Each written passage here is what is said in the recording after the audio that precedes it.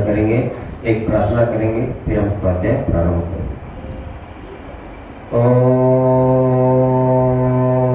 नमः सिद्धेभ्यः।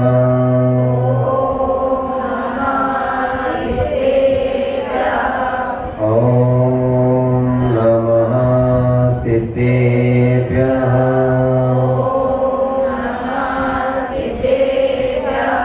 ओम नमः सिद्धेभ्यः।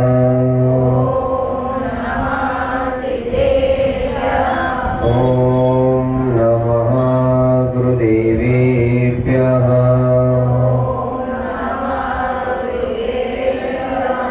भक्तामर प्रणतमौलिमणिप्रभा मुक्तोत्तकं दलितपापतमोभितानं सौम्यः प्रणम्य वालम्बनं भवजले पततां जनानां। सरस्वती नमस्तुभ्यं वरदे कामरूपिणी। शास्त्रवाचनारम्भ करिष्यामि। सिद्धि भवतु मे सदा, सिद्धि भवतु मे सदा। बोले देवादिदेव प्रथम तीर्थंकर ऋषभ देव भगवान की, बाड़ा वाले पद्म प्रभु भगवान की, कल्पतरु श्री शांतिनाथ भगवान की, वर्तमान जी शासन नायक महावीर भगवान की, चैतन्य चमत्कारी चिंतामणि पारसनाथ भगवान की, 2400 तीर्थंकर भगवान की, पंचपाल यति तीर्थंकर भगवान की, अनंत सिद्ध परमेष्टि भगवान की, द्वादशांग जिनवाणी माता की। बोले परम पूज्य मम आराध्य गुरु श्रेष्ठ आचार्य विशुद्ध सागर जी महाराज की, परम पूज्य आचार्य भगवान सुनील सागर जी महाराज की, गणाधिपति गंधराचार्य कुंतु सागर जी गुरुदेव की, मम विद्या प्रदाता आचार्य गुरुदेव श्री कनक नंदी गुरुदेव की।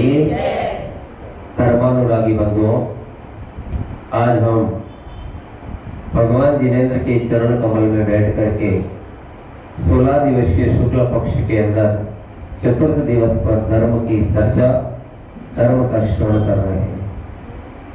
हम सभी श्रावक भगवान के चरणों में दौड़कर इसलिए आते हैं कि हे प्रभु, हम अनादि काल से संसार के अंदर अनंत काल तक भ्रमण करते हुए आ रहे हैं। अब हमारे को कब जाकर के ऐसा पद प्राप्त हो कि मैं संसार के भव बंधन से मुक्त हो जाऊं। इसी भावना को लेकर के हम पूरे दिन यत्न करते हैं, प्रयत्न करते हैं, देव दर्शन करते हैं, भगवान की पूजा करते हैं, आराधना करते हैं, साधना करते हैं, जाप करते हैं, चालीसा करते हैं। कैसे न कैसे मेरे ये भव बंधन टूट जाए। हम सभी का एक ही प्रयत्न रहता है कि प्रभु की भक्ति करते करते मेरे कर्मों के बंधन चूर चूर हो जाए। आचार्य पूज्यपाद स्वामी फरमाते हैं, बताते हैं, जिस प्रकार से एक बड़ी शिला हो, उसके ऊपर जिस प्रकार हथौड़े की मार से वो पत्थर चूर चूर होकर के एक मिट्टी का रूप धारण कर लेता है, उसी प्रकार धर्मात्मा जी धर्म की क्रियाओं में श्रवण करके, धर्म के साधन का उपयोग करके एक दिन ये आत्मा भगवान आत्मा बन सकता है। प्रत्येक आत्मा में अनंत शक्ति है, प्रत्येक आत्मा में अनंत ज्ञान है, प्रत्येक आत्मा में अनंत बल है, प्रत्येक आत्मा में अनंत वीर्य है। लेकिन उसको प्रकट करने की आवश्यकता उस आत्मा को है। ये शरीर का पुद्गल का है, शरीर और पुद्गल, आत्मा और पुद्गल भिन्न है। ये पुद्गल और एक दूसरे के पूरक है। आपको 2 दिन पहले सत्या में बता रहे थे कि पुद्गल और हमारी जो आत्मा है उसका क्या संबंध है।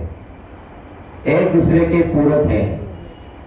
अगर उससे जैसे ही आत्मा निकल जाती है, पुद्गल का कोई महत्व नहीं रहता है। ये पुद्गल हमने जो धारण किया है, ये अलग अलग कई पुद्गलों को हमने धारण कर लिया, कई प्रियाओं के अंदर हमने जन्म ले लिया। लेकिन आज हम भगवान के चरणों में बैठ करके हम ऐसा समझते हैं कि आज हम बिल्कुल एक विषय पे बात करेंगे। सबसे पहले आज हम बात करेंगे भगवान की दर्शन की क्या महिमा है। ज्यादा बड़ी बात पे हम नहीं जाएंगे। भगवान के दर्शन की क्या महिमा है, इसके बारे में हम आज बात करेंगे। क्या करेंगे? भगवान के दर्शन की कितना रहस्य है, भगवान के दर्शन करने का कितना पुण्य है, भगवान को दर्शन करने से कितना पुण्य प्राप्त होता है, उसके बारे में हम चिंतन करते हैं। दर्शन स्तुति में आचार्य कहते हैं, दर्शनम देव देवस्य दर्शनम पापनाशनम दर्शनम स्वर्ग सोपानम दर्शनम मोक्ष साधनम। इस प्रकार दर्शन ही पहली सीढ़ी है। जीव को जब जाति स्मरण होता है, कैसे होता है? किसी जीव को दर्शन करके, किसी को देख के प्रिया याद आ जाती है। मरुभूति कमट का जीव जब पारसनाथ भगवान का जीव ध्यान कर रहा था, तो उस तापस के जीव को उसी समय याद आ गया, कमट के जीव को याद आ गया कि मेरे पूर्ण भाव का देही है। इसलिए दर्शन भगवान के 6 प्रकार के दर्शन के अंदर श्रावक के 6 कर्तव्य में से पहला कौन सा है? देव पूजा। प्रतिमा में पहली कौन सी प्रतिमा? दर्शन प्रतिमा। रत्नत्रय में पहला कौन सा सम्यक? दर्शन। तो इसका मतलब कहीं न कहीं दर्शन का पलड़ा भारी है। बहुत से उदाहरण शास्त्रों के अंदर मिलते हैं। राजा श्रेणी के उस समोषण में भगवान महावीर का रथ निकल रहा था और उस समय एक मेंढक अपने मुंह में पंखुड़ी दबा करके जाता है दर्शन के लिए, देव गति को प्राप्त कर लेता है। भगवान के दर्शन की महिमा अनंत है, इसका हम शब्दों से वर्णन नहीं कर सकते। शास्त्र में लिखा, जब सिंतु सस्पल लखा गमन करे। आपने अपने घर पे दर्शन का चिंतन किया। क्या किया? दर्शन का चिंतन किया तो आपको कितने उपवास का फल मिलेगा? आपने जैसे ही घर पे दर्शन का चिंतन किया, आपको 100 उपवास का फल मिलेगा। कितना उपवास का? मन के अंदर सोचा, अभी गए नहीं हो, सिर्फ सोचने मात्र से आपको 100 उपवास का फल प्राप्त होता है। आपने जैसे अपने घर पे नहा धो के तैयार हो गए, हाथों में थैली ले ली और घर से सीढ़ी नीचे उतर गए, आपको 1000 उपवास का फल मिलेगा। कितने उपवास का? सस्पल यानी 1000। लखा गमन करे और जैसे जैसे तुम आधे रोड को पार हो गए, आपको 1,00,000 उपवास का फल मिलेगा। कितने उपवास का फल? 1,00,000 उपवास का फल। और आप और आगे बढ़ गए, वल्ली नाका तक पहुंच गए और यहाँ पे मंदिर के सामने जैसे आई और मंदिर की घंटा नाद सुनाई दिया, आपको कितने उपवास का फल मिलेगा? 1 करोड़ उपवास का फल मिल जाएगा। और जिस समय आपने भगवान को देख लिया तो कोड़ी उपवास का फल आपको मिल जाएगा। इतने जिनेंद्र प्रभाव के दर्शन की महिमा है। भगवान के दर्शन करने से हमारे पाप कम होते हैं। क्या होता है? अभी तो हमको बहुत घटिया भाव भोगना बाकी है। अनंत भाव को भोग के आए और आगे के भाव को भी भोगना बाकी है। और जो लोग भगवान के नित्य दर्शन करते हैं, जिनेंद्र आराधना करते हैं, भगवान की पूजा करते हैं, भगवान की आराधना में संलग्न रहते हैं, ग्रह चैत्यालय में जाके पूजा करते हैं, नगर के चैत्यालय में पूजा करते हैं, वो जीव धीरे धीरे अपने पापाश्रम को, आने वाले भावों को कम कर लेता है। अभी हो सकता है किसी के 100 भाव, किसके 500 भाव, किसके 1,00,000 भाव, इतने भाव बंधे हुए हैं। वो भाव धीरे धीरे भगवान की आराधना से कम हो जाते हैं।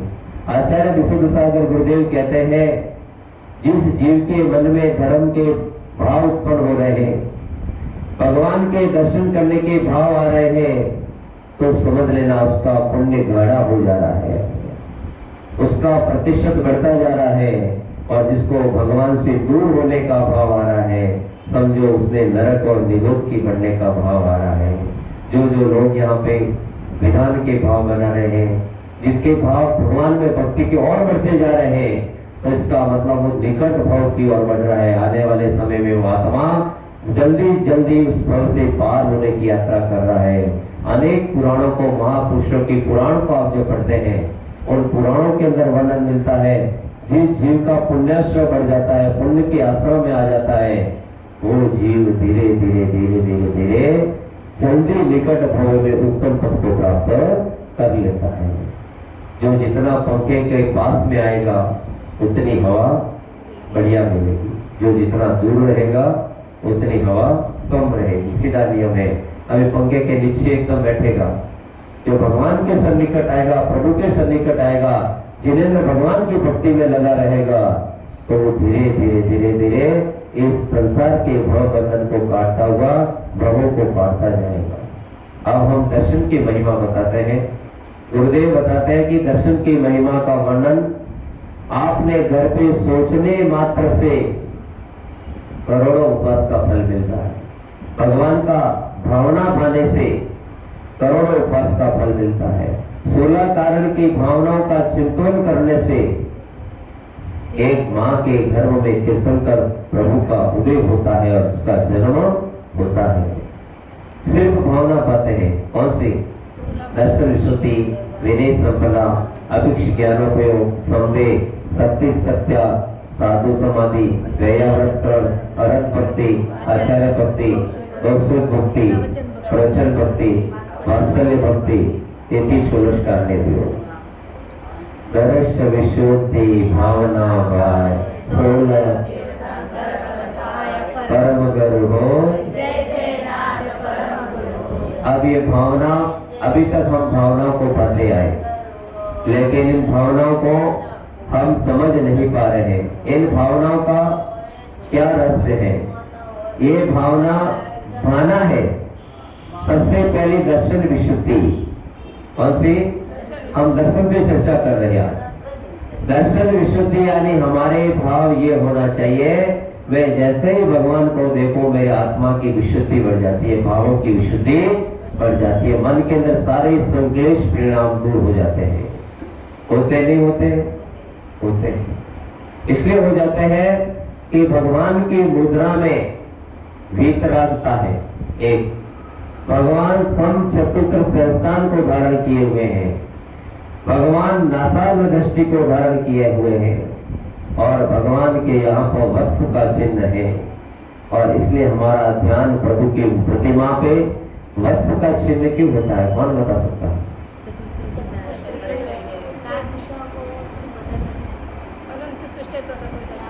अनंत चतुष्टय प्रकट होते हैं। वत्स का मतलब क्या होता है?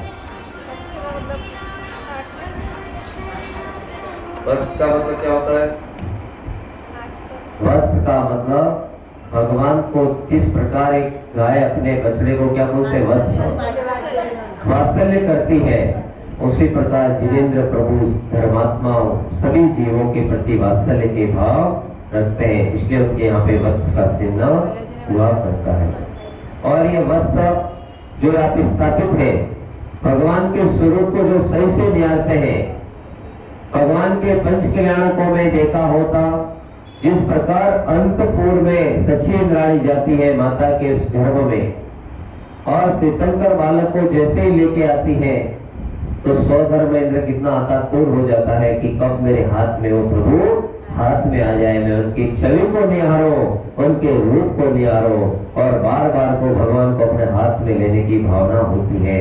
और जैसे वो भगवान को अपने हाथ में लेते हैं, एक नहीं करोड़ों नेत्र बना करके भगवान का नेत्रावलोकन करते हैं और भगवान की छवि को पूरी अपने हृदय में स्थापित कर देते हैं। ऐसे स्वधर्म इंद्र स्वर्ग के मालिक आप और हम कौन होते हैं? जिनके पास में स्वर्ग की संपदा है, वहां किसी प्रकार की चीज की कमी नहीं। जो आभूषण था वो मिल जाएगा, जो खाने की इच्छा हुई वो मिल जाएगा, रसमलाई को तो भी मिल जाएगी। स्वर्ग में कोई कमी नहीं है। स्वर्ग की ठाट निराले, जो चाहिए वो मिल जाता है। आज पूजा के अंदर आया था शांतिनाथ भगवान के विद्या तिरिंच नारक भव कभी जिन भक्त को मिलता नहीं। तिरिंच नारक भव, ये जो भव है, जो जिनेंद्र भगवान का सच्चा धर्मात्मा है, जिनेंद्र भगवान के धर्म को मान करके अणुवत को धारण कर रहा है, वो नियम से नरक में नहीं जाएगा, न किसी त्रिंश पर्याय में जाएगा। अगर जाएगा तो पुनः या तो मनुष्य बनेगा या तो इंद्रलोक में इंद्र पद को प्राप्त करेगा, स्वर्गों में जाएगा। तो हमको अब ये पात्रता बनानी है कि मुझे कहाँ जाना है। अब दर्शन की महिमा पे हम चल रहे हैं। दर्शन विशुद्धि भावना, 16 कारण भावनाओं में पहली कौन सी है? दर्शन विशुद्धि। सम्यक दर्शन। श्रावक का पहला कर्तव्य देव पूजा, यानी देव दर्शन, फिर पूजा होती है। अब यहाँ पे हम समझ रहे हैं कि भगवान के दर्शन करने की महिमा हमारे पूर्वाचार्य ने अनंत पुण्य का माध्यम बताया है। अब इतने लोग जो बैठे हैं प्योर डायमंड हीरे हैं वर्ली के और नहीं पहुंचे हैं, हो सकता है कि इनका उपयोग किसमें लगा हो, व्यापार भी जरूरी है, लेकिन 100% अभी जो पुण्यशाली जीव होते हैं वही चढ़ के यहाँ पे पहुंच पाते हैं।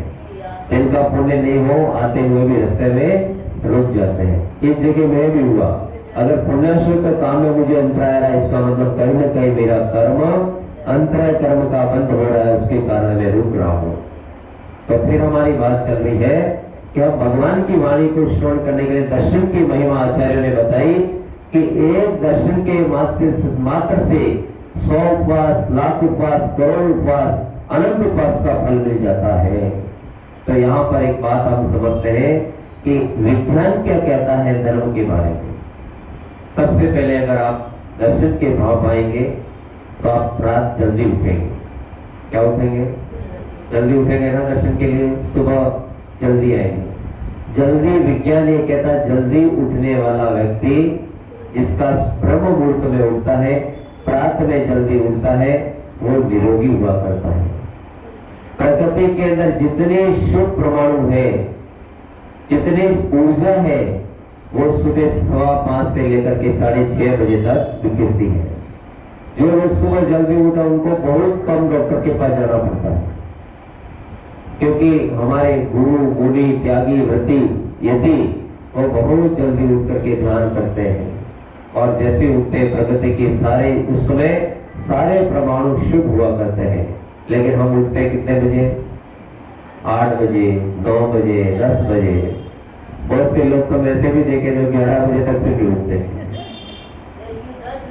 6 से 7 के बजे के बीच उठने वाला मनुष्य है, देव है। देव क्या है? उसके बाद में उठने वाला मनुष्य है और उसके बाद में उठने वाला राक्षस है। अब आपको कौन से समय उठना है? देव। यहाँ पे हमको समझना है सुबह उठने से हमारे आरोग्य को फायदा हो गया, पहला बात। दूसरा बात, विज्ञान अभी बता रहा है, वो हमारे जैनाचार्यों ने कभी से बता दिया, हमारे धर्म से सारा विज्ञान निकला है। फिर हम जैसे ही उठते हैं प्रातः काल में और जैसे ही उठेंगे नवकार गिनेंगे, जो भी करेंगे, फिर नहाएंगे, पवित्र कपड़े पहनेंगे, शोले के वस्त्र पहनेंगे, फिर जैसे चलेंगे। विज्ञान कहता है सुबह प्रातः काल में चलने से एक्यूप्रेशर होता है। क्या होता है? आपके पैरों के अंदर पॉइंट है, उसके अंदर एक ऊर्जा होती है। अभी लोग डॉक्टर उसको करने का पैसा लेता है, लेकिन वो मंदिर के निमित्त से फ्री में हो जाता है, बिना कुछ दिए आपका वॉक हो जाएगा। और अगर मंदिर 5 मिनट पे है, 10 मिनट पे है, 15 मिनट आप वहां से इतने चल के आएंगे जिससे आपका हीमोग्लोबिन शुद्ध हो जाएगा, खून शुद्ध हो जाएगा। एक दर्शन की महिमा, एक दर्शन करने से, एक पैदल चलने से, एक भगवान का नाम लेने से, एक दर्शन स्तुति करने से आपका खून शुद्ध हो गया। अब दूसरा, आप जैसे मंदिर पे आएंगे तो पहले क्या धोते? अपने पैर धोते के बिना पैर धोए अंदर जाते हो? पैर धोते हैं। पैरों को धोने से मन को शांति मिलती है, नेत्र की ज्योति बढ़ती है। ठंडे पानी से पैर धोने से आंखों के अंदर ऊर्जा आती है, चश्मे नहीं जल्दी लगते हैं। और हम जैसे ही अपने पैरों को धोते हैं, अपने पैर घसीट करके आते हैं, चल के आते हैं, जिससे सारे पॉइंट एक्टिव हो जाता है। उसके ऊपर जैसे पानी लगता है तो हमारा ध्यान, हमारा मस्तिष्क शीतलता को प्राप्त होता है और हमारे नेत्र की ज्योति बढ़ती है।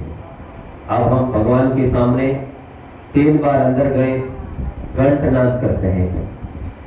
क्या बोल के जाते हैं? निस्सरी, अब मुझे संसार से कोई लेना देना नहीं है, अब भगवान से लेना देना है। लेकिन सब यहाँ पे लेते देते हैं, बोलते वहां पे है, लेकिन सब लफड़े मंदिर में आके करते हैं। पारिवारिक चर्चा, किसी की निंदा, किसी की साड़ी की चर्चा, सब यही पे फाइनल हो जाता है। लेकिन आजकल समझदार हो गए, अभी लोग अंतराय कर्म बंद नहीं करते। मंदिर, जिनालय, ये भगवान का शरण है। यहाँ पे पुण्याश्रम बंद करते करते कहीं पापाश्रम बंद नहीं हो जाए। यहाँ पे पुण्य अर्जन करने की बात करो, धर्म की बात करो, धर्म की चर्चा खूब करो, लेकिन यहाँ पर दुनियादारी की चर्चा यहाँ से बाहर निकल करके करो। अगर आप किसी कोर्ट में जाते हो, आपको कोर्ट के अंदर सिर्फ आपके केस की बात करेगा, 2 मिनट भी आप वहां पे दूसरा कुछ बोल दिए तो आपको डायरेक्ट वहां से बाहर निकाल दिया जाएगा या आउट कर दिया जाएगा। स्कूल में जाते हो, स्कूल की ड्रेस के बिना अपने बच्चों को जो पढ़ाते हैं उनको मालूम होगा, एक दिन बिना ड्रेस में पहुंचा दो, आपको स्कूल के अंदर नहीं बैठने देगा। लेकिन ये हमारे घर की खेती, यहाँ पे कोई भी कुछ भी पहन के आए, नहीं करवा दो फिर पंडित जी पे चढ़ जाए। पंडित जी ऐसा थोड़ी होता, हमारे घर के पंडित जी है। यहाँ पे हम आपको कैसे नियम में छूट दे दें कि हमारे मंदिर की एक मर्यादा, मंदिर की एक गरिमा, भगवान जिनेंद्र के शासन में बैठ करके अगर हम स्वयं श्रावक गरिमा नहीं रखेंगे तो अन्य जाति के लोग हमको देख करके क्या सीखेंगे? पहले हम सबको ये गरिमा सीखना है कि हमको किस रूप से भगवान के सामने आना है, क्योंकि हमारे भगवान के सामने 3 लोक के नाथ है और हम उनको 3 लोक के नाथ मानते हैं, वो गरिमा होनी चाहिए। मैंने आपको कहा ना, आज पूजा में हम भगवान को बुलाते, आ जाओ मेरे भगवान मन के मकान में, गन गन गन घंटा बाजे सारे जहान में। फिर भगवान को उधर ही बैठाया और उधर कुछ बात आई तो उसको छोड़ करके चले गए। हम भगवान का कितना अनादर करते हैं। हम भगवान के साथ 3 लोक के नाथ, उनके साथ कितना चल, कितनी मायाचारी, और फिर कहते हैं भगवान ने जीवन हो गया, मैंने नमोकार मंत्र की रोज माला की, 10 उपवास किया, मेरा कुछ भला नहीं हुआ। तुमने भगवान के साथ मायाचारी की, कैसे होगा? भगवान को भगवान मानिए, वो साक्षात प्रभु है। हम सिर्फ दिखावे के लिए अपने कार्य नहीं करें। यहाँ पर भगवान को ऐसा मानना कि मैं समोषण में साक्षात बैठा हूँ, मैं भाग्यशाली हूँ, मैं इंद्र हूँ, मुझे विभूति मिली है, मैं इसका दुरुपयोग नहीं करूँ। ऐसे भाव आपके अंदर आएंगे तो आप साक्षात इंद्र बनेंगे। अगर कोई पिक्चर के अंदर जैसा पहले हुआ एक्टर वैसा का वैसा करता नहीं करता है? करता है। उसी प्रकार भगवान का कल्याणक में वैसा हुआ वैसा अपने को भी करना चाहिए, तो वो फिल्म हिट होती है। अगर उल्टा सुल्टा किया तो फिल्म फ्लॉप हो जाती है। तो हम सब एक्टर है उसके अंदर, और उसके अंदर इंद्र बने और वैसे ही भक्ति नहीं करेंगे तो हम फ्लॉप जाएंगे। और जैसे भगवान को भगवान मान करके अगर भक्ति करेंगे तो हमारी फिल्म सुपरहिट हो जाएगी, हिट नहीं सुपरहिट हो जाएगी। ये सब भगवान की महिमा है। भगवान को भगवान मानेंगे तो हमारा कल्याण होने वाला है, और भगवान को आप भगवान नहीं मानते तो कभी कल्याण होने वाला नहीं है। बहुत से लोग क्या देख के भक्ति करते हैं, वो कर रही है मुझे जाना है, नहीं जाऊंगी तो भी जाना है। ऐसी भाव नहीं, मैं 3 लोक के नाथ, मुझे मेरे आत्मा का विशुद्धि बढ़ाना है, मेरे भावों की विशुद्धि करना है, ऐसा भाव मन में आता है।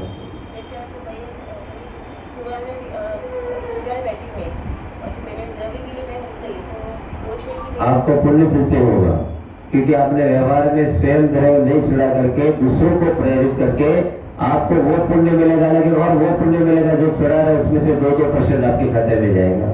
अभी मेरे बताने से आप कोई काम करोगे तो 6% मुझे मेरे खाते में आएगा। हम भगवान की पंच कल्याण प्रतिष्ठा एक प्रतिमा स्थापित करते हैं, उसमें प्रतिष्ठाचारी के खाते में 6% पुण्य लिखा जाता है। एक प्रतिमा प्रतिष्ठित के 6% पुण्य बैंक बैलेंस हमारा बढ़ता जाएगा। अगर आपने एक बार किसी बैंक में एफडी कर दी है, आपने किसी बैंक में एक बार एफडी कर दी है, आपने पुण्य संचय कर दिया है, और आपने साथ में किसी सहयोगी को ले जाकर के उसके 10 लाख के 2000 आपने भी डाल दिए हैं, तो आपको पुण्य मिलेगा नहीं मिलेगा? 2000 का भी ब्याज आएगा नहीं आएगा? आएगा ना, कोई खाता खोल रहा बोलेगा मेरे पास 2000 कम है, 8000 मेरे पास है, 2000 आपने लगा दिए, 10,000 रख दो, तो 2000 आपके अकाउंट में आएगा ही आएगा।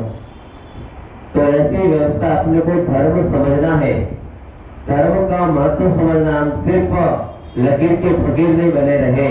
हमारे पूर्वाचार्यों ने किस प्रकार छोटी छोटी बातों को समझाया है, जिस विज्ञान को विज्ञान आज सिद्ध करके बताए, वो करोड़ों वर्ष पहले भगवान आदिनाथ के शासन काल में बताया था।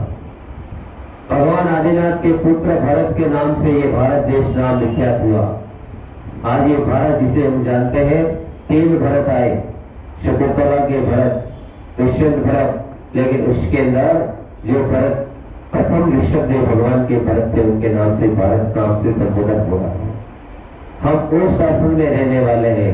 अब आपको पुण्य श्रम की बात, दूसरा आपने पैर धोआ, भगवान का दंडनाद किया, इन घंटे के अंदर अल्ट्रावायलेट किरण रहती है, ऐसी ध्वनि रहती है, जो जैसे आप बजाते हो तो वो ऊर्जा अपने माइंड के अंदर, जो माइग्रेन होता है उसके अंदर एक तंतु रहते हैं, उसके अटैच में रहते हैं। जैसे हमारे माइंड से टकराएगी तो हमको 1 मिनट के लिए शांति प्राप्त होगी, हमारे सारे मन के अंदर दूसरी जो बातें चल रही है डाइवर्ट हो जाएगी। आप घंटा जोर से बजाओ, आपका मन उधर जाएगा नहीं जाएगा? जाएगा। घंटा बजाने से आदमी का ध्यान एकदम उधर जाता है, तो हमारे माइंड में जो बाकी चीजें, जो सिस्टम चलते रहते हैं, वो तुरंत एक बार उन चीजों को छोड़ करके उधर फोकस कर देते हैं। ये हमारे माइंड की व्यवस्था है। हमारे सामने 10 मिनट नल खुला रहेगा तो हमें भी लघु शंका आ जाएगी, क्योंकि हमारा मन उसके अटैच में आ जाता है। हमारा मन की इतनी महिमा है, हमको समझना है धर्म का रहस्य। ये धर्म बहुत बारीक है। हम इतने लोग मिलकर विधान क्यों करते हैं, इतने प्रतिष्ठा में लोग उगत्र क्यों होते हैं? इसलिए होते हैं कि सबकी अलग अलग शक्तियों के प्रभाव से उस प्रतिमाओं के अंदर एक हमारे भावों की शक्ति स्थापना हो गया।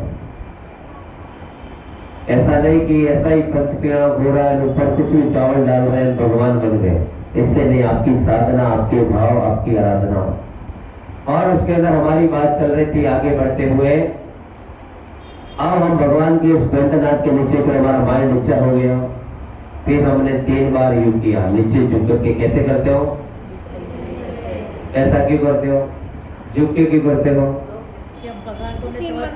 भगवान के प्रति झुकने का मतलब समर्पण का भाव। दूसरा, हमारे जो ऊर्जा होती है, कोरोना के समय से हमको मालूम पड़ गया कि ये वायरस इतना घंटे इस पे रहता है। कोरोना ने हमको सिखा दिया, पीतल पे इतना टाइम, इसके ऊपर ये टाइम। तो ये वर्गणा भी, मंत्रों की वर्गणा मंदिर में बिखरी रहती है, मंत्रों की वर्गणा भी बिखरती है। कलश क्यों ले जाते हैं लोग?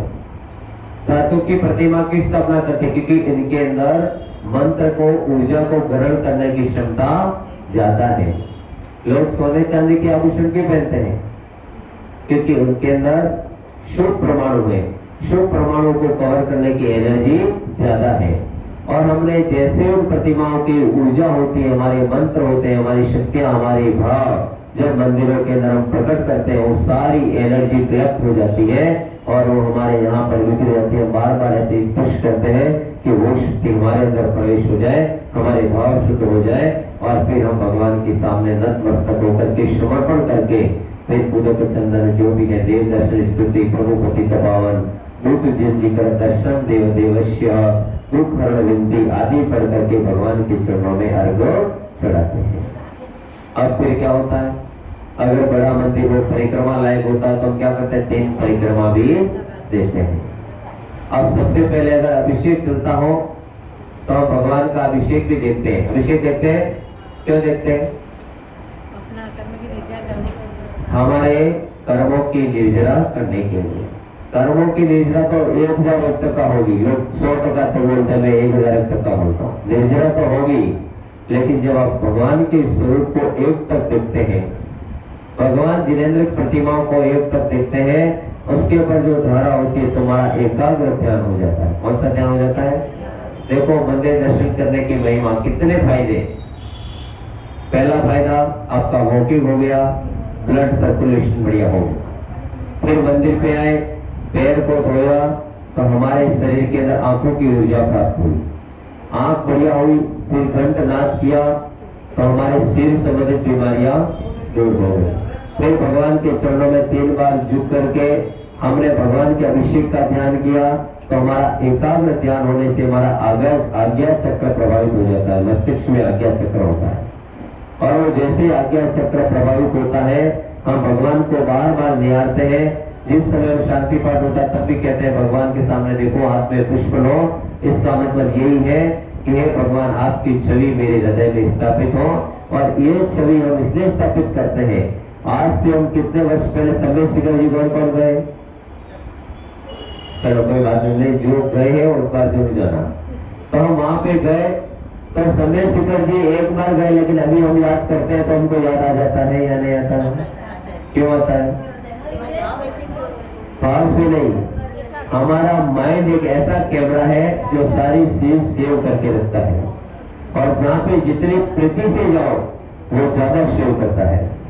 और अगर जिस चीज की प्रीति नहीं हो उसको अपने दिमाग से भूल जाते हैं। जहाँ पे कोई अच्छा मंदिर, कोई प्रतिमा अच्छी लगी तो हमारे दिमाग में बहुत बड़ी कुंडलपुर की बड़ी प्रतिमा, पारसनाथ की बड़ी प्रतिमा, बिजोलिया की बड़ी प्रतिमा, हमारे ध्यान लेते ही तुरंत हमारे फंक्शन में माइंड के सामने वो प्रतिमा आ जाती है। वल्ली बंदर की प्रतिमा फट करके हमारे दिमाग में। अब आपको कोई फोटो लेने की जरूरत नहीं है, अब आपको सेल्फी लेने की जरूरत। सबसे बड़ा कैमरा अपना माइंड है। हमारे माइंड का कैमरा इतना प्रभावित है कि हम जिस जगह पे दर्शन करके आए बिल्कुल क्लिक किया नजर आ जाएगा। हमने भगवान के जहाँ दर्शन किए वो याद आ जाएंगे। इसलिए हम भगवान के दर्शन करते हैं तो उस कैमरे के अंदर हमारा फिट हो जाए, और जब हमारा समाधि मरण हो तो वही लील हमारे सामने चले और हमारी समाधि सुधर जाए।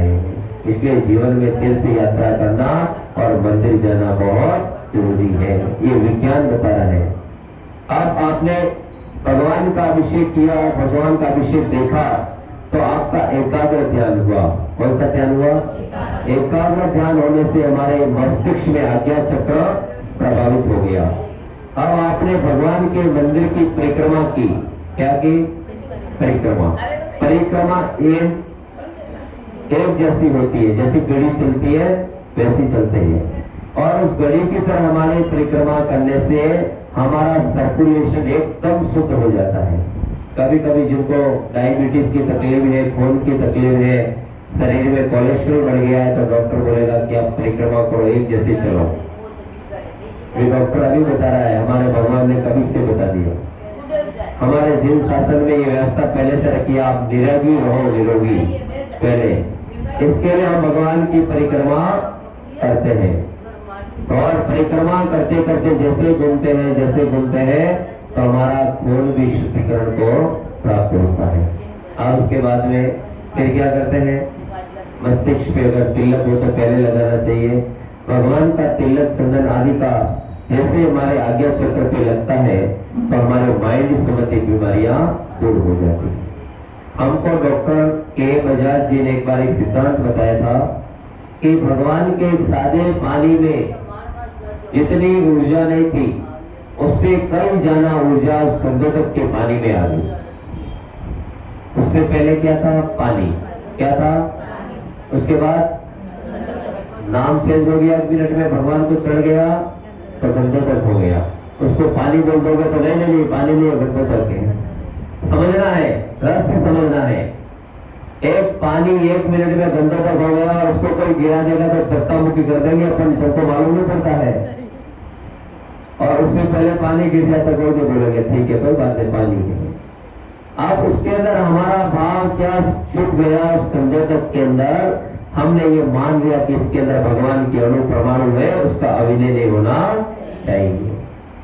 भगवान को जैसे ही भगवान के ऊपर ये धारा गिरती है तो उसके अंदर भगवत्ता प्रकट हो जाती है। उसके अंदर वो विदुक्षी खंडन हो जाता है, वो वंदन के योग्य बन जाता है, क्योंकि भगवान को स्पर्श होके आया है। भगवान को स्पर्श होके आया है और भगवान को स्पर्श होकर के आके हम अपने नेत्र में उत्तम वो पे लगा करके, हे भगवान मुझे उत्तम पद की प्राप्ति हो, अनेक संसार की विकारी भाव दूर हो और मेरे मन को शांति प्राप्त हो, निर्मल निर्मलीकरणम पवित्र पाप नाशनम जिनदंतोदक वंदे अष्ट कर्म विनाशनम। वे इन जिनेन्द्र भगवान के स्पर्श हुए जल को गंधोदक का वंदन करते हैं, उस पानी का इतना महत्व मानते हैं। वो पानी कितना महत्वपूर्ण हो जाता है, जैसे ही भगवान को टच हो जाता है तो वो हमारे लिए गंधोदक बन जाता है। गंधोदक की महिमा, और हम उस गंधोदक को लगाते हैं। दर्शन की महिमा समझ रहे हैं। एक भगवान के दर्शन के लिए निकले, करोड़ों उपवास का पुण्य उपार्जन किया, भगवान के दर्शन के निमित्त से आरोग्य को कितना फायदा हो रहा है, हमारे शरीर को कितना फायदा हो रहा है, ये समझना है कि हमारे जिस डॉक्टर के तुम चक्कर लगा रहे हो, उससे बड़े डॉक्टर हमारे भगवान हैं, जिन्होंने हमारे पूर्वाचार्यों ने कैसी बढ़िया व्यवस्था बताई है कि दर्शन करने से आपको कितना फायदा होने वाला है। एक जैन धर्म की, हाँ जी, निर्मल निर्मलीकरणम पवित्र पाप नाशनम। निर्मल का मतलब होता है सरल, सरल सीधा निर्मल भाव वाला, अच्छा आदमी, अच्छा चीज है, उसके अंदर निर्मलता कटुता नहीं है। निर्मलीकरणम, वो तो निर्मल है लेकिन आपको भी निर्मल कर देगा, क्योंकि भगवान निर्मल है। भगवान ऐसा थोड़ी है किसी ने पारसनाथ भगवान के ऊपर कमट ने उपसर्ग किया तो उसको सामने से भगवान के अंदर इतनी शक्ति थी, पद्मावती धनेन्द्र को आने की जरूरत नहीं पड़ती थी। वो अगर ये पैर ऊपर कर लेते थे ना तो वो कमट का आता पता नहीं रहता था। लेकिन भगवान तो अनंत बन वाले थे, अनंत ज्ञान, अनंत वीर, अनंत सुखे स्वामी हुआ करते, वह सब सेनम समता के धारी होते। भगवान के सामने क्या मजाल है वो कर दे, लेकिन ये तो निमित्त और उपयोग था, योग और सुयोग था। फिर भी उन्होंने भगवान की भक्ति की, अपने पूर्वोत्तर जो उनका निमित्त बंधा हुआ था, सेवा में कुछ अच्छा कार्य किया, और अच्छा करने वालों का सम्मान होना चाहिए, बहुमान होना चाहिए। फिर उन्होंने अपने को मूल बात के ऊपर और चल रहे हैं, निर्मल निर्मलीकरण पवित्र पाप नाशनम। ये पवित्र भी है और पाप को नाशन करने वाला है। आपको पवित्र तो करेगा, गंधोदक लगाने के बाद अपन पवित्र हो गए। हमारे घर की फैक्ट्री दुकान में दो छींटे मार दो, आपका फैक्ट्री पवित्र क्यों हो गया? क्योंकि उसके अंदर भगवान का स्पर्श किया हुआ जल है, उसके अंदर पवित्रता है। पवित्र पाप नाशनम जिन गंधोदक वंदे, वो जिनेन्द्र भगवान का गंधोदक, उसका मैं वंदन करता हूँ। अष्ट कर्म विनाशनम, क्योंकि उसके साथ मेरी श्रद्धा है तो मेरे आठों कर्मों को भी क्षय करने वाला होगा। तो ये जिनेन्द्र भगवान की महिमा है, ये भगवान के दर्शन की महिमा है। एक छोटा दर्शन की महिमा आपको समझ में आती होगी। दर्शन करने से इतना होता है, एक भगवान की भक्ति करने से इतना होता है, इतना पुण्य, इतने उपवास मिलता का फल मिलता है। ये आपको समझना चाहिए कि दर्शन करने वाला अनंत पुण्य संचय करता है। बहुत से जीव ऐसे होते हैं कि भगवान के मुख देखे बिना पानी नहीं पीते, और बहुत से लोग ऐसे होते हैं सब पीके भी नहीं देखते हैं। आप उनका पुण्य है, नहीं देख पा रहे, नहीं देख पा, हमको कोई जबरदस्ती नहीं है। आपका पुण्य बढ़ाना हो तो आओ, नहीं बढ़ाना हो तो नरक निगोद में जाओ, फिर वहां पे याद आएंगे सब, नरक निगोद का अनंत कष्ट पाओगे। और जो पुण्यशाली जीव, मैं क्या बोल रहा हूँ, जो 100% पुण्यशाली है, कोई नहीं, जिनका उपयोग धर्म में बढ़ रहा है, अपने आप धर्म से जुड़ रहे, इसका मतलब कुछ शुभ होने वाला है, अच्छा होने वाला है, आगे उनका भाव निकट भाव अच्छा आने वाला है। और धर्म से दूर जा रहा है, इसका मतलब महापापी जीव है, उसका धर्म से प्रीति दूर हो रही है। इस बात को आप समझना है। अब हम आप बात करते हैं एक बार दर्शन की महिमा, भगवान के दर्शन का कितनी महिमा है। एक बार एक नगर के अंदर एक भिखारी था। कौन था? भिखारी। एक भिखारी एक नगर में था, तो उस भिखारी को किसी ने कहा कि क्या तुम रोज भीख मांगते हो? आज से 6 दिन बाद एक ऐसे राजा का रथ आने वाला है। क्या काम? वहां पे तुम चले जाना और आपको कभी भीख मांगने की जरूरत नहीं पड़ेगी। अब भिखारी विचार करता है, क्योंकि अगर आज डायरेक्ट सबको मिल जाए, सब ऐसा ही बोलते 5 करोड़ हो गया तो बहुत हो गया, 10 करोड़ हो गया तो बहुत हो गया, लेकिन फिर भी ये मन कभी शांत नहीं होता है। तृष्णा की खाई को कोई भर नहीं सकता, शमशान को कोई भर नहीं सकता, समुद्र को कोई भर नहीं सकता, इच्छाओं को कोई पूर्ण नहीं कर सकता। हमारे पास में एक होगा तो दो हो जाए, दो हो जाए तो और दो हो जाए। ये मन अंतिम समय तक तृष्णा करता करता तृष्णा के साथ चला जाता है। इसलिए मोहनीय कर्म बड़ा घातक है। कौन सा कर्म? मोहनीय कर्म। ये बढ़ता रहता है। इसका उपयोग भगवान को भी अंतिम क्षण के समय, मुनियों को भी अंतिम समय तक चलता रहता। मोहनीय कर्म बड़ा घातक है। तो यहाँ हमको समझना है कि एक उस भिखारी को किसी ने कहा कि आपको भिक्षावृत्ति करने की जरूरत नहीं है। आप भिखारी सुबह जल्दी उठ गया, 6 दिन इंतजार करते करते हो गए, 1 दिन मेरा कब कटे, 2 दिन कब कटे, 3 दिन कब कटे, 4 दिन कब कटे, 5 दिन हो गए, 6वें दिन तो सुबह 4 बजे उठ के बैठ गया। इसको कमाना है भाई। जिस समय आदमी को कमाने की इच्छा होती है तो सब भूल करके अपनी इच्छाओं की पूर्ति के लिए दौड़ता है। 9 प्रकार के लोगों को नींद नहीं आती है। कितने प्रकार के? 9 प्रकार के। कौन कौन से? गण खेती, गण बेटी, बहुगणा, बहुत खेती वाले को, ज्यादा लड़की वालों को, और बहुत कर्जे वाले को, टेंशन वाले को। जिसके ऊपर कर्जा होता है उसकी नींद अपने आप गायब हो जाती है। उसको कोई भी नींद जगाने की जरूरत नहीं है। अपने आप कर्जे के कारण जल्दी उठ के बैठेगा, दिमाग लगाएगा कहाँ पे क्या करना है, इसका कैसे सेटलमेंट करना है। गण खेती, गण बेटी, बहुगणा, योगी, भोगी और रोगी। योगी यानी साधु, योगी यानी साधु। साधु को नींद नहीं आती। क्यों? क्योंकि उनको ध्यान करना है, सुबह उठ जाना है। मैं आपको क्या बताऊं, मेरा तो इतना बढ़िया अलार्म है, मैं अगर 5 बजे मेरे को अलार्म लगाने की जरूरत नहीं है। 4 बजे सोच के सोचूंगा, ऑटोमेटिक 4 बजे ऑटोमेटिक बिल्कुल दिमाग में ऐसा सिस्टम स्प्लिट है। 4 बजे से बिल्कुल 1 या 2 मिनट ऊपर नीचे अपने आप नींद उड़ जाएगी। 5 सोच के सो गया तो 5, कभी बहुत जल्दी जाना है, 3:30 भी लंबा मुंबई से बाहर का प्रोग्राम है, जल्दी बहुत जल्दी पहुंचना है, 3:30 उठ के 3:30। तो मतलब हमारा सिस्टम कितना मजबूत है भगवान के प्रति। अगर हमारा सिस्टम दिमाग के अंदर फिट रहता है और आप सही सोचेंगे, सही समय पे काम करेंगे तो अपना अपना समय उसके अनुसार सेट हो जाता है। अब हमारी बात चल रही है कहाँ पे? सबसे पहले गण खेती, गण बेटी, बहुगणा, बहु ऋण वाले को, योगी, भोगी और रोगी। भोगी व्यक्ति भी नहीं सोएगा, भोग की लालसा में कब भोग हो कब भोग हो। रोगी जिसको बीमारी है, व्याधि है, और वो व्यक्ति भी नहीं सोएगा। इसके बाद में घोड़ा, मोरा, छोरा। घोड़ा यानी गधा, घोड़ा यानी माल को ढोने वाला। गधा बेचारा रात को खड़ा करोगे तो रात को उठा खड़ा हो जाएगा। इसके बाद में मोरा यानी मोर, मोर सबको जगाता है, रात को नहीं सोते। और छोरा, चोर यानी चोरी करने वाले, दिमाग लगा। ये 9 प्रकार के लोग कभी नहीं सोते, अपना दिमाग लगाते रहते हैं, उनका दिमाग लगा रहता है। अब हमारी लेकिन मूल बात क्या चल रही है? राजा के उसमें वो चोर भी विचार करता है, थोड़ा मोरा छोड़ा। अब वो चोर विचार करता है कि मैं उस राजा के पास जाऊंगा और मुझे भीख मांगने की जरूरत नहीं पड़ेगी। अब वो सुबह जल्दी उठता है, नहीं तो भिखारी लोग आराम से उठते हैं क्योंकि उनको मांग के खाना है।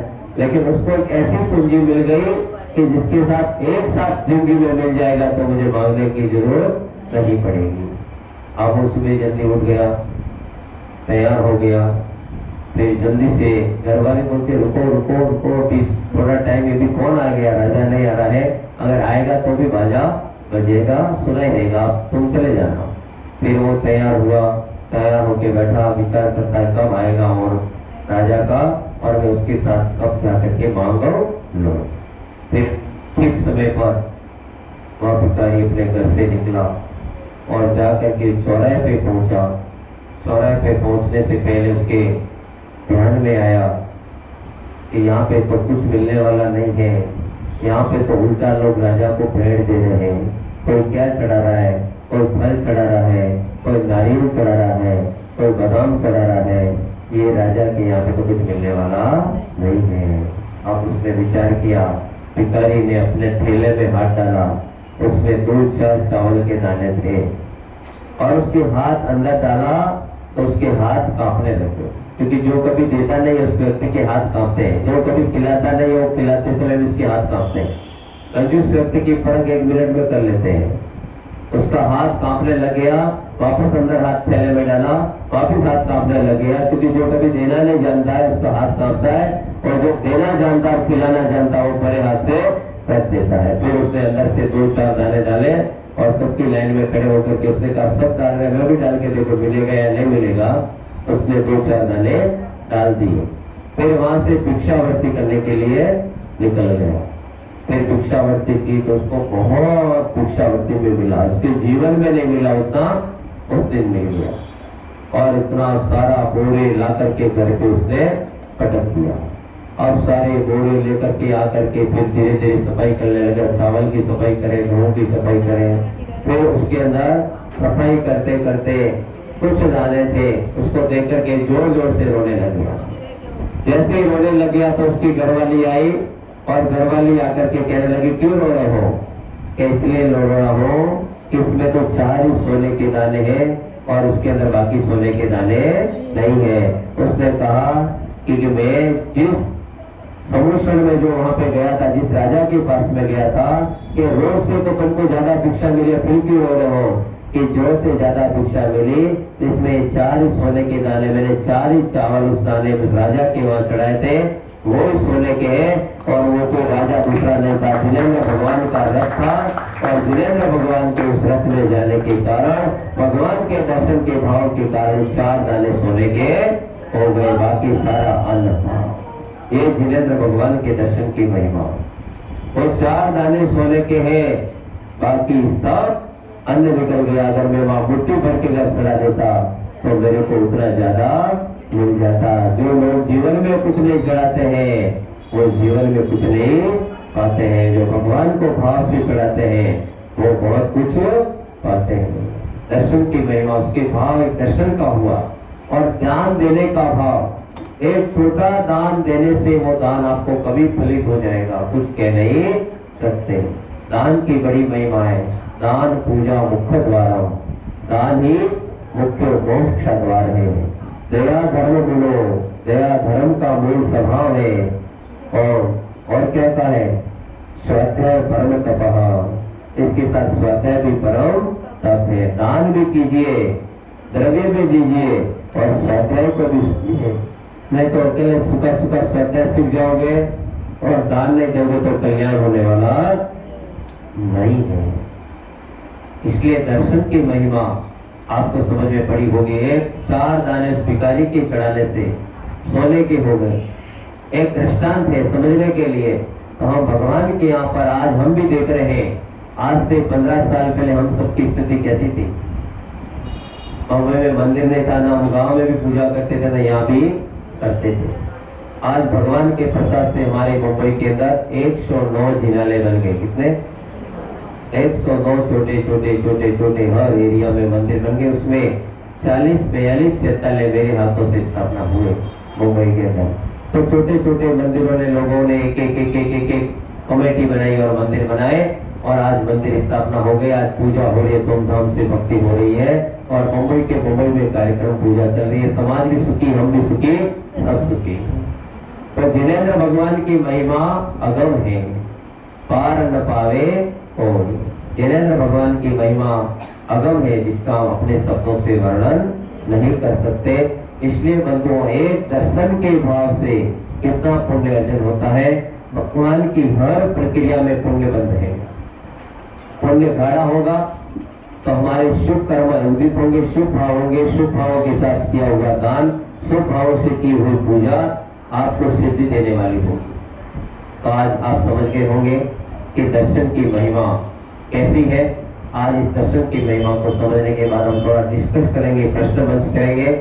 ऐसी मंगलमय भावना के साथ बोलिए द्वादशांग जिनवाणी मात की। हाँ चलिए, आइए बंधुओं, अब हम सीधे प्रश्न मंच की ओर बढ़ेंगे।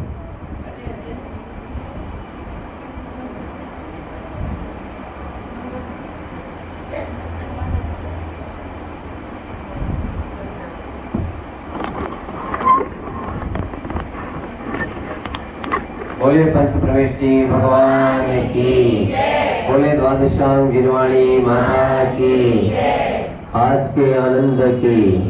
बहुत सुंदर भक्ति भाव